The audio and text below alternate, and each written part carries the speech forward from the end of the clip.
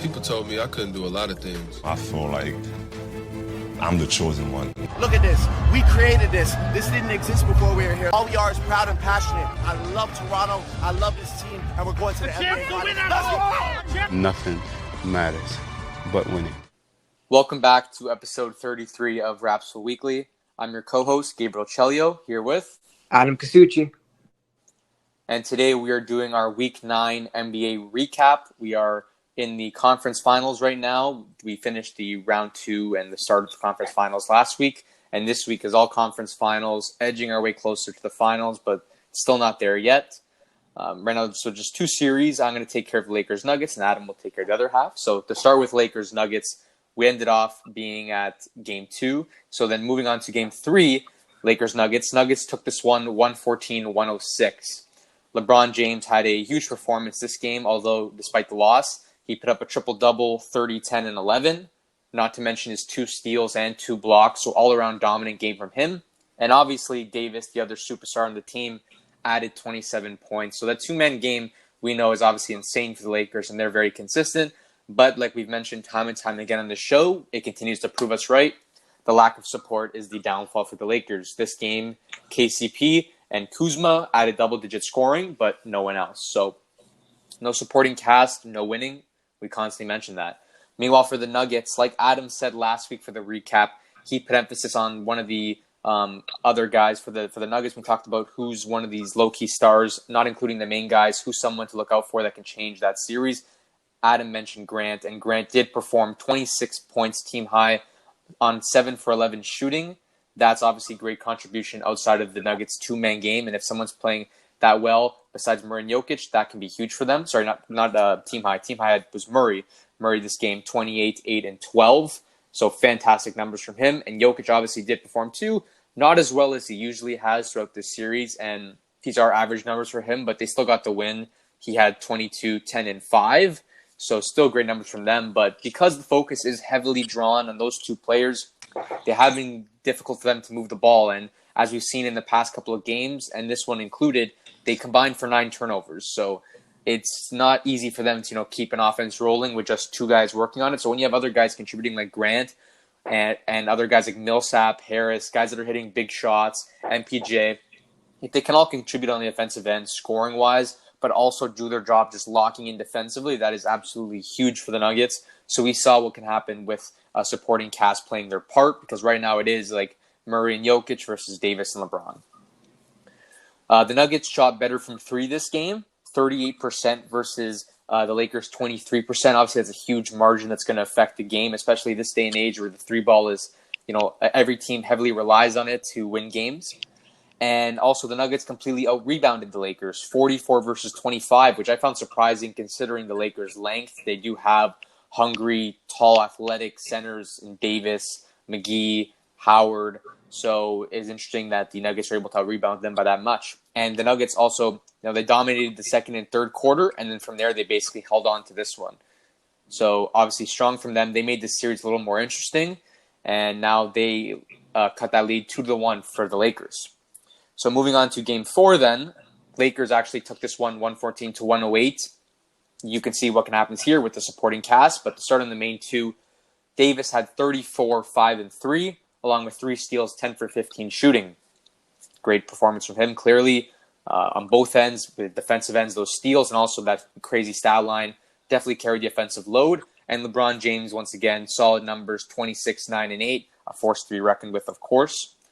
And much more support coming from the team, and that's why they got the win. Dwight Howard had 12 and 11, which is solid from him at the starting center position. KCP added 13 points. Kuzma with 10 points off the bench. And Rondo, 11, 5, and 7. Like you said, once again, Adam seems to be the analyst of the year. I don't know. He mentioned it last time. The player to look out for the Lakers that can be a series changer is Rondo. And Rondo has helped them a lot off the bench so far. I've watched a couple of the games, and his winning plays have just been really good for them, like securing that clutch rebound this game. And obviously his playmaking, which has dramatically helped LA, taking some of the load off LeBron, especially in the playoff time. This is where it comes in handy, because if we can move around to that point guard position, worry about handling the ball, setting up the plays, passing, that allows LeBron to be more of a straight-up scorer and just contribute to that points department, which the Lakers could be in desperate need of if the supporting cast is lacking and and falling short of what they're supposed to be doing. So Rondo obviously is doing fantastic. He's passed so many people on the NBA playoffs assist list this season because the past couple of games he's been contributing 7, 8, or 9 assists a game for the past couple of games. So that's obviously fantastic, and he's been very solid for them. Playoff Rondo is coming out, and maybe he's looking to get another championship under his belt. Meanwhile, for Denver, Murray had 32 points and 8 assists. Obviously, big performance from him. He did his part. The other guys fell a little quiet, though. Jokic slumped down to 16, 7, and 4. Grant only added 17 points, which obviously it's decent supporting help, but obviously not enough from them. And MPJ, 13 points, 8 boards. Pretty solid game from him from what we've seen this series. That's a good number for him. But the Lakers, this time, they realized what happened last game, and this time dominated the glass, 41-33, rebounding.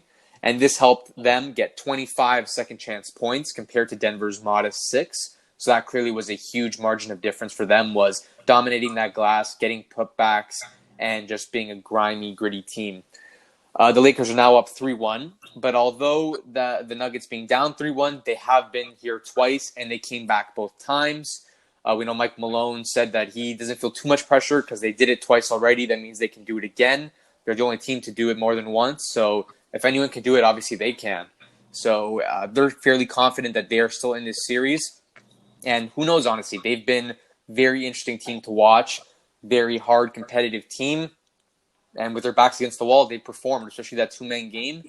You see Murray, he's just been a different beast this playoffs. If anyone could do it, it's going to be them. Look at Murray's stats. Regular season, he averaged 18.5 points per game, 4.8 rebounds per game, and 4 assists per game. Now moving to the playoffs, he's got 26 points per game, averaging 6.5 rebounds per game, and 5 assists per game. His numbers have just skyrocketed, and for someone that's never really been named to an all-star or one of those all-NBA teams, he's kind of just been a solid player year after year, but he's taken a dramatic step this playoff, and he's been constantly faced with challenges like coming up against Utah Jazz and a young star, Donovan Mitchell, putting up phenomenal numbers.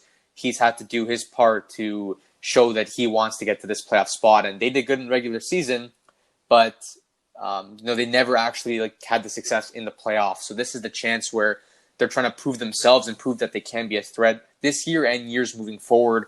Hopefully for the next couple of seasons, they continue to be contenders, playoff contenders and championship contenders. So they're trying to prove that here. And Murray might be fighting with a chip on his shoulder. Who knows? And Jokic, we've seen, is one of the best centers in the league, if not the best. High IQ, he can do it all. He can do the inside. He can shoot. He can pass.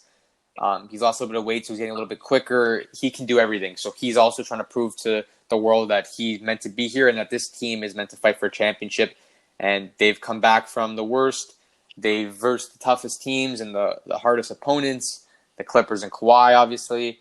So this is just another test for them. And if they can come back from this, then that is absolutely insane. 3-1 comebacks, that'd be phenomenal. And then to see them get to the finals off of such a season, it'd be astonishing if they didn't win the NBA championship just for how much grit they've shown this playoffs. Okay. Before moving on to the Boston and Miami series, Gabe, I just wanted to ask you a couple of questions. The first question starring Rajon Rondo. With him having all the playoff experience he's had in the past, how important is that for the Lakers? And not just him as well.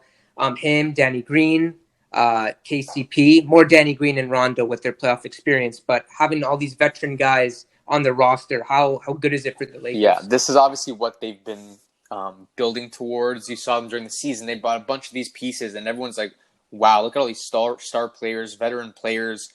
We didn't know if it was going to gel together perfectly chemistry-wise, but we can see that slowly shaping. But they knew that this roster was very deep and also very experienced, and that helps them in the long run. Like I said before about Rondo, obviously, his importance to the team has been crazy, taking that load off LeBron playmaking-wise and being the passer and allowing LeBron and Davis to just be the threats offensively. You think back to his time in the Celtics, it's like him being the guard to set up Paul Pierce to be the main scorer, Ray Allen to be the shooter, or even KG. He was just that guy gelling the team all together. So that's his role. And off the bench, you've seen that he's done great for them, and his experience coming in handy. The veteran experience is what clearly makes a championship contender that separates them from being champions, because they can fully understand the game. They know what plays matter. They know what to do in the clutch. And when you got that experience, you're more confident in those tough minutes, and you've been there before. It's not as much pressure, and you know what to do to win. Not only him, but like you said, Danny Green, 2-time NBA champion now. He's got experience in those minutes, and he's played in those tough quarters. And even though he hasn't been shooting the ball well, his defense will be a factor for them. Even Dwight Howard, he's made an NBA Finals appearance. Obviously couldn't win it, but another guy that's hungry for a championship and has that experience to know what to do. So they got guys that are, A, hungry for their championship if they did not win one, or to win another to cap off their career, but also they have the experience in-game of how to perform under pressure, what it takes to win, and overall just that IQ can go a long way for this team. For sure. And then the second one being Paul Millsap. He hasn't really performed this series, and I haven't seen too much of him. What does he need to do to get Denver back on track and come back from this 3-1 series if they do? So Paul Millsap, obviously, like you said, hasn't been the brightest of stars as of late, but another veteran in this league. He's got experience, and he's got to use that experience to his advantage. They haven't been totally horrible. He hasn't been as standout as he once was in his career, but he has to do a solid job as a role player, knowing that the Nuggets are going with this strong two-man game, and Grant is kind of being a third option for them. His job is to really lock down defensively and do his part, at least on one end of the floor. Because if he's not going to be one of those offensive threats on that end of the floor, his job is to now contribute to be a huge defensive animal, getting rebounds, blocking shots, being tough inside defender, and then moving the ball and, on the offensive end, hitting his open shots, whether it be from three or in the inside. He has to play that part, because I've seen him hit a couple of clutch threes, last series against the Clippers. He did hit some big shots, and it just has to be, the game has to come to him, because he's not going to be able to get the chances like Murray and Jokic. So he just has to take advantage of the opportunity he gets to just do his part, hit some shots, and then play some tough defense. And hopefully that veteran experience can help them if they get late into this series, maybe possibly forcing another comeback. Okay. Moving on to the Boston versus Miami series. With Game 3, Boston winning 117-106. Boston headlined by Tatum, 25 points, 14 rebounds, and 8 assists. Jaylen Brown, 26 points, 7 rebounds, 5 assists, and 3 steals. And Kemba Walker, 21 points, 6 rebounds, and 2 assists. So this three-headed monster here with Boston, if they're going to win games, these guys all have to probably get over 20 points, or at least contribute to the game in a major way for Boston to win. It does also help when you got guys like Smart producing in this game, obviously 20 points, 4 rebounds, and 6 assists. When Smart kind of raises his level, he's like that extra guy to perform well, and he's really the X factor to Boston's performances. When you look at Miami's game here in Game 3, their performances were average. Bam had a great night, though, with 27 points, 16 rebounds, 3 steals, and 2 blocks on 10 for 14 shooting. Tyler Hero really emerging in this playoff, showing who he really is, putting up some quotes and images saying he's betting on himself during this playoffs, and no one really thought he would be here, and he's just proving his talent and showing why he deserves to be here. He scored 22, had 4 rebounds and 4 assists. So in this game, the Celtics shot way better, 48% versus 39%. They out-rebounded the Heat, had more assists than them, and dominated the paint, 60 versus 36 points in the paint, which is a huge factor. I feel if Boston can do that, they can for sure come back and win this series. So it's 2-1 heading into Game 4. So when looking at Game 4, Miami had to come on top here, 112-109. Once again, Tatum for Boston had a great game, but didn't handle the ball too well with 6 turnovers. He had 28 points, 9 rebounds, 4 assists, and 3 blocks. Brown, 21 points, 9 rebounds, 2 assists, and 4 turnovers. So the Boston obviously didn't handle the ball well with their main players obviously getting a lot of turnovers, and which doesn't lead to much good. Kemba Walker, 20 points, 4 rebounds, and 5 assists. Now, when looking at Miami, they had a lot of help from the bench as well. So Butler had 24 points and 9 boards. Bam had 20 points, 12 boards, 7 for 11 shooting. So when Bam plays well and he plays really efficient, the Heat obviously do well. And he's like their main focus point on offense. It's kind of through him and Butler. But they also have guys like Dragic, who's had 22 in this game, and Hero with a big breakout game with 37 points, 6 rebounds, and 3 assists on 14 for 21 shooting. Miami had 1 turnover in the second half, up until the 2-minute mark where Butler couldn't catch a pass, but that was the difference maker. It was 19-8 in the turnover margin. It got close near the end, but Miami stayed poised, and their veterans stepped up to make many big shots.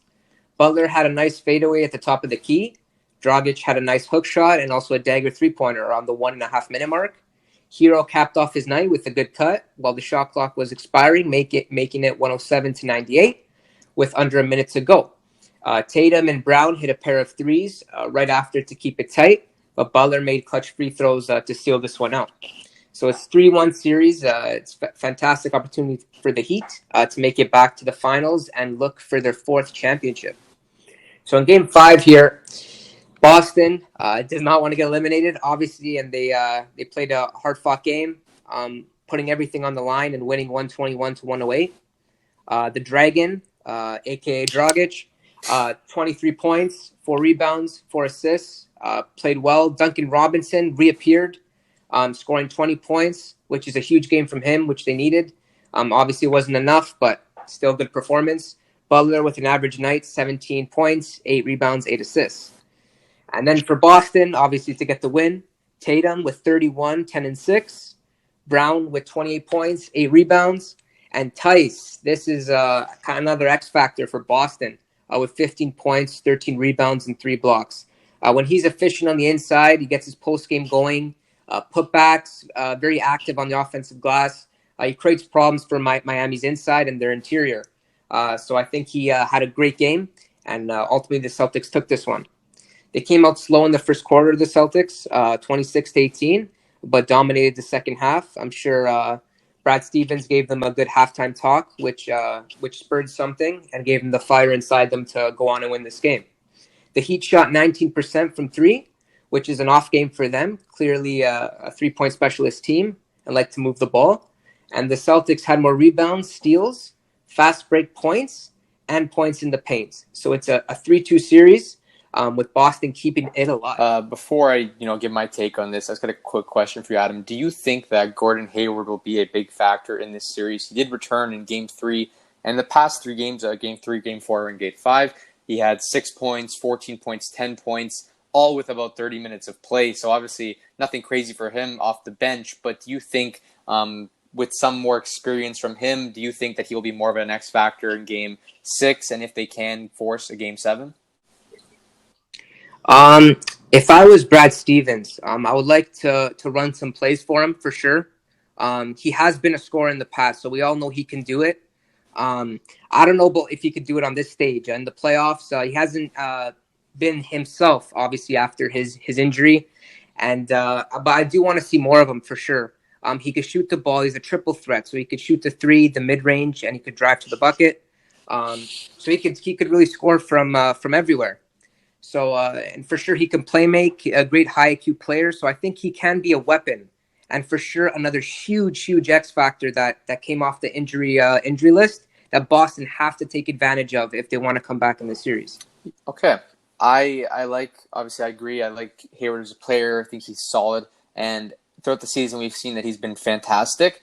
At the same time, besides this series, Miami's a great team, and it's almost a different game. But especially against us, I would say, I think Boston was a solid team. And even this lineup with Smart and those starters, it's a very small ball, gritty, hustle, can shoot the 3.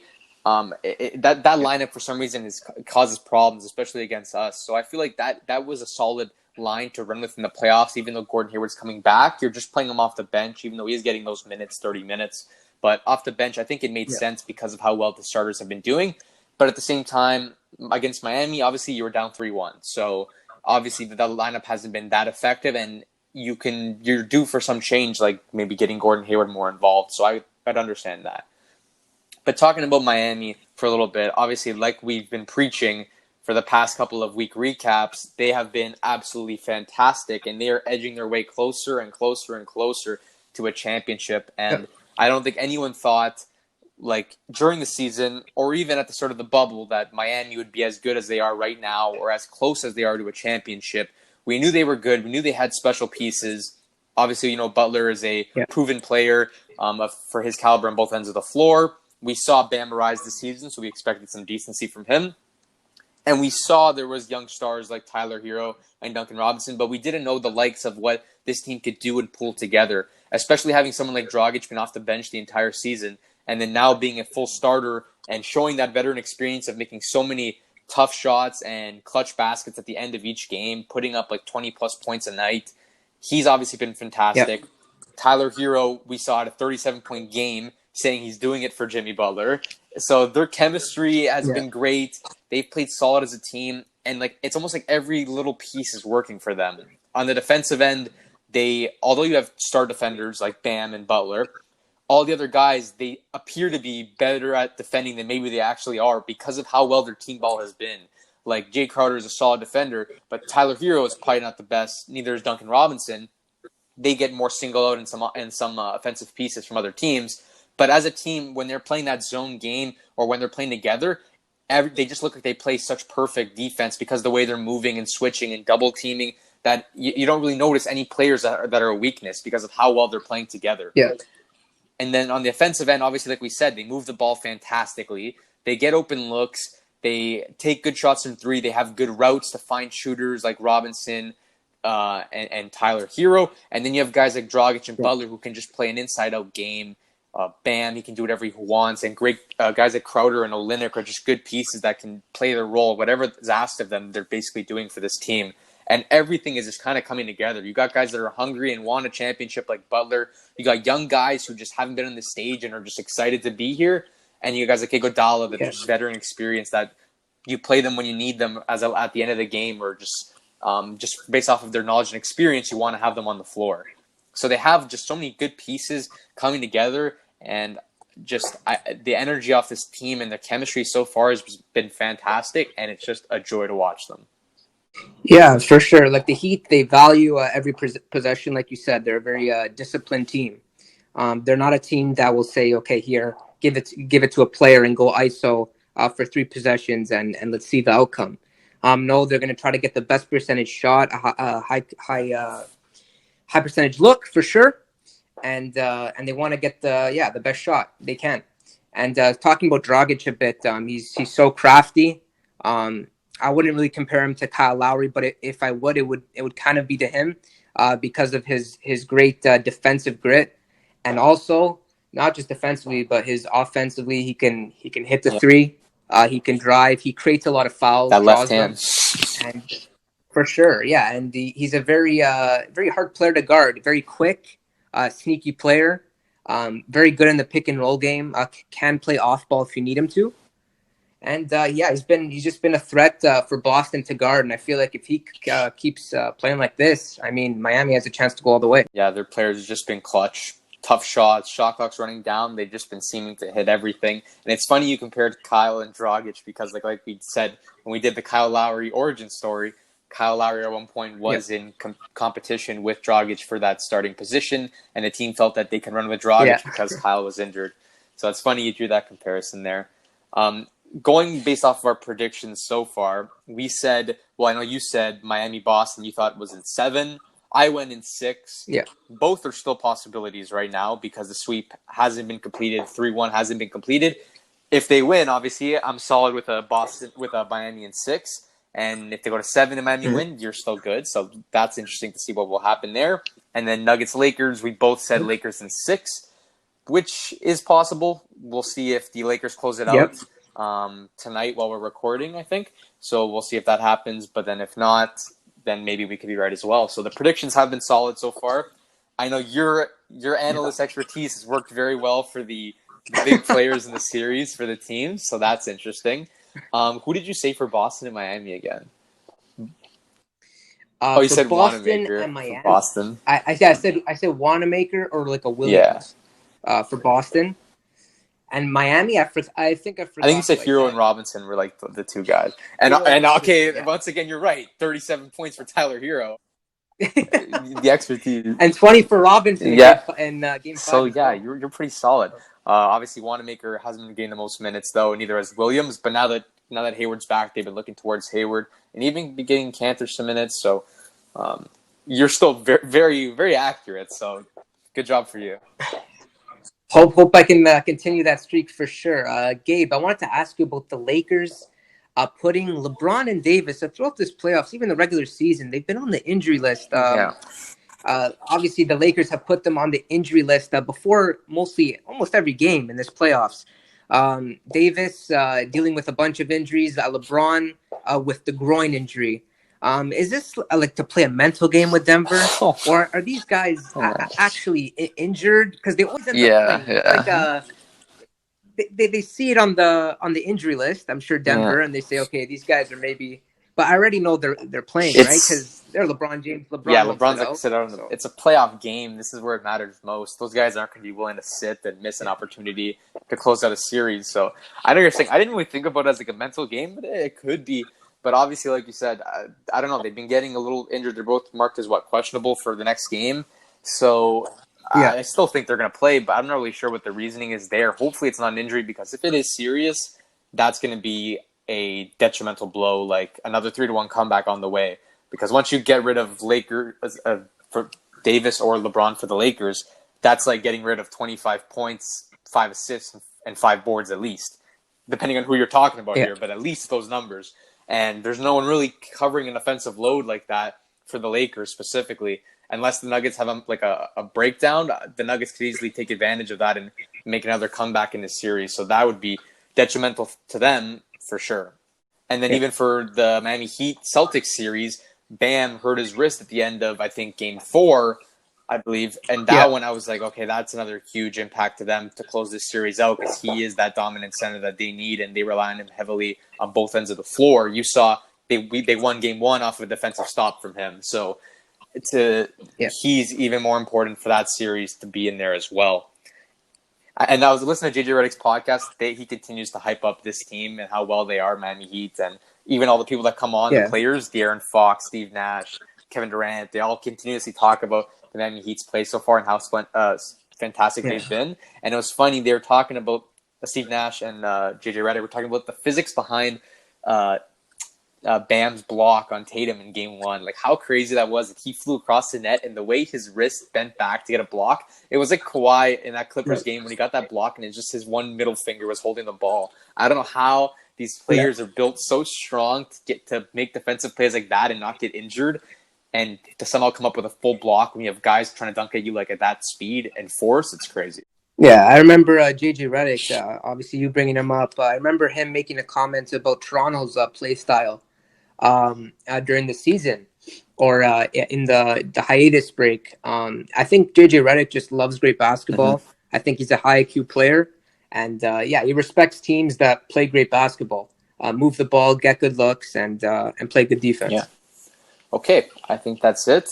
Covered a good amount of ground here for just the conference games, and then hopefully next week we'll have the end of the conference plus maybe the start of the finals. Who knows?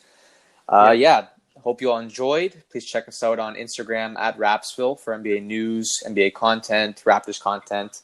And also, if you want to listen to the audio version of this, we are available on Spotify, Apple Podcasts, Google Podcasts. If you go on YouTube, we have some visuals, some photos while we're talking, so you can do that as well. And that's us signing out. Peace. Peace.